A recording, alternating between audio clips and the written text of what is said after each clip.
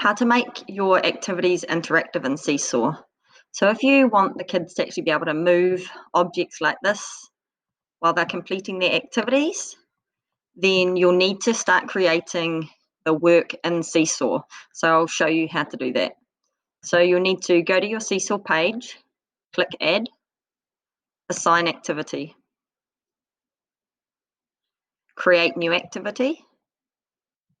When you go down to Add Template for Student Response, from here you'll click on Drawing.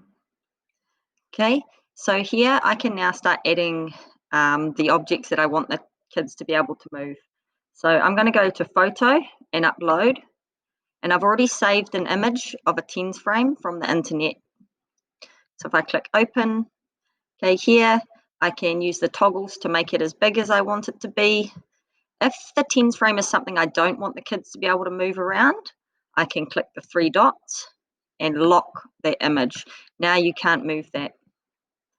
Okay, now time to make my counters. So if I click the three dots, shapes, click the circles for counters, change the size of them.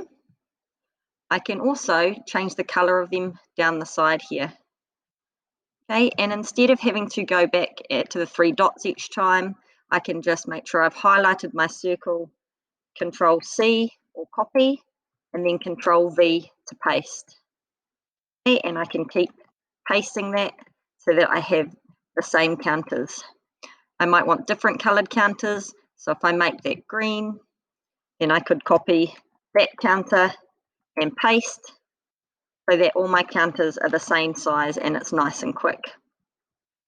When the kids do this, if you've got your drawing tools down the bottom, you'll need to model with them in class on how to use it.